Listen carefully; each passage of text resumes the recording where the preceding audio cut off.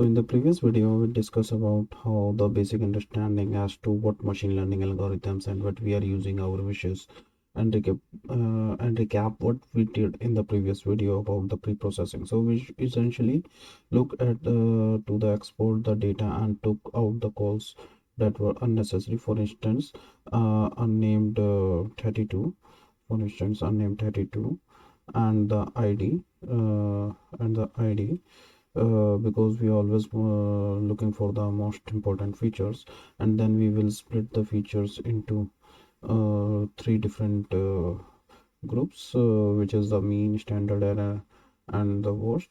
Then we start mapping this value so we can deal with the more numeric values, in which the malignant is to 1 and the benign is to 0, and we looked more at the data, and finally we concluded that the data sets we provided more the data with benign tumors than we are the malignant tumors, because the benign are the 357 data points and the malignant is 212 data points. So now that we want to know that we have all of the way and we explored the data and pre-process, that we want to start looking more into the correlation between the data sets. So in this video we will discuss further more about the discussion of the correlations, how we can implement the machine learning models like the random forest we already mentioned, and the SVM model for support vector machine. Okay, so we already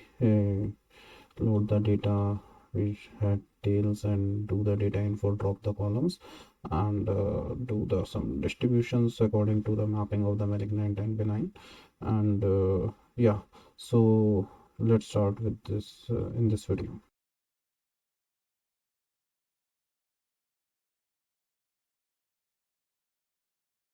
In this video we are using the compute the correlation matrix, and we use the df.corr, and then we will plot the figure size with 14 into 14 and show the correlations.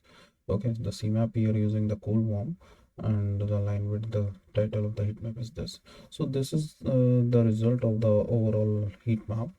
As you can see, the overall data points which we are having right now.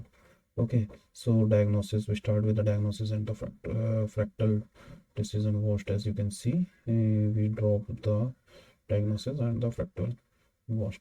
And if you need to the specific correlation graph, so you have to be specifies, like we divide the data set into the three categories, which is a mean, standard error, and washed. So what we have to do, we compute the correlation matrix for the feature means only. So for correlation means we use the df features dot mean, as we already mentioned in above, and then we have to plot the figure only. In this the difference is there's the period title heat map you are saying, and here you see, and the correlation matrix we are mean df dot feature mean dot core and features. So you can see the feature mean is the result is quite good, and the next one would be the compactness, and we can add two additional features, which would be something like the texture mean and the this. So for that we need to do the prediction. For prediction we just remove some unnecessary uh, columns which we didn't require in our data for the prediction of the malignant and the benign. So the texture mean, we use texture mean, parameter mean, smoothness mean, compactness mean, and the symmetry mean. Okay, so again from the because it is highly correlated and we can predict the variable. Talk about the train test splits. This is very crucial, and explain what exactly is going to split our data into two use of our data, or either use of it as a training or a test data sets. Okay, so first we have to define the independent x and y variables, in which x is a prediction variable, selecting the predictor variables on the basis of the correlation matrix from the heat. So we are continuing with the mean, where we are using the texture mean, parameter mean, smoothness mean, compactness mean, and the symmetry means. In y we are using the diagnosis, assuming the diagnosis this is in the column to predict, and then we split the data into the 80 to 20%. For 0 to 8 we have to do the test size as 0.2, and if you want the 70 to 30%, so then you will use the 0.3.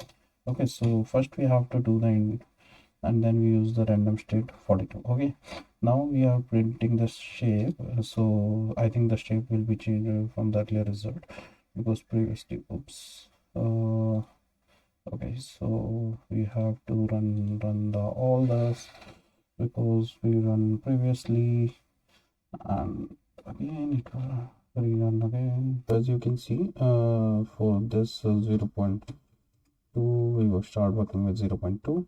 now we can import the random forest model, where the random forest classifier we use the estimators of 100 and the random status 2. Then we train the model with the rf model.fit, x train and y train, and for the predictions we are using the ypred for the model predict the x text, and x test is basically this, x test is basically this, and where the value of x is this.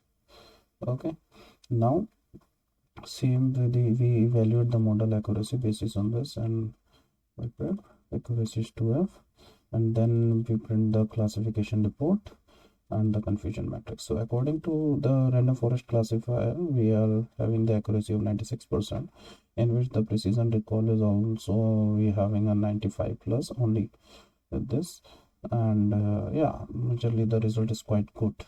And when we print the ypred, so as you can see, this is how we are making the prediction. So how this model work is, it is making the prediction in the binary form, where 0 is a benign and 1 is a malignant, as we mentioned above. Yeah, here 0 is benign and malignant in 1. So it is working like this, the 0 1 1 0 1 0 1 1 according to the data points.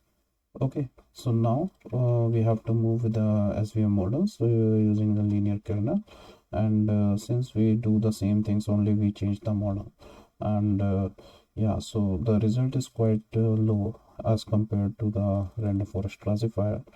And as you can see, the classification report is also quite good, but in the case of malignant, it will the recall and the f1 is something around more than 85%. okay, so it is in comparison to the actual test with the actual result, and yeah, so yeah, svm is little less accurate. If you want to change the accuracy, you can do, and let's see what will happen if we change into the 70-30 split. So this is the result of 70-30, and the accuracy is again the same, nothing change in there, and nothing change in there, only I think 0.86 something is there. Now it is 0.87. so yeah, we will see you in the next video what else we can add on in this particular code and how we can proceed further.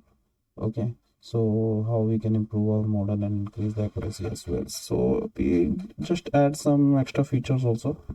Thank you for watching. I hope this is useful, and we are head on the next video.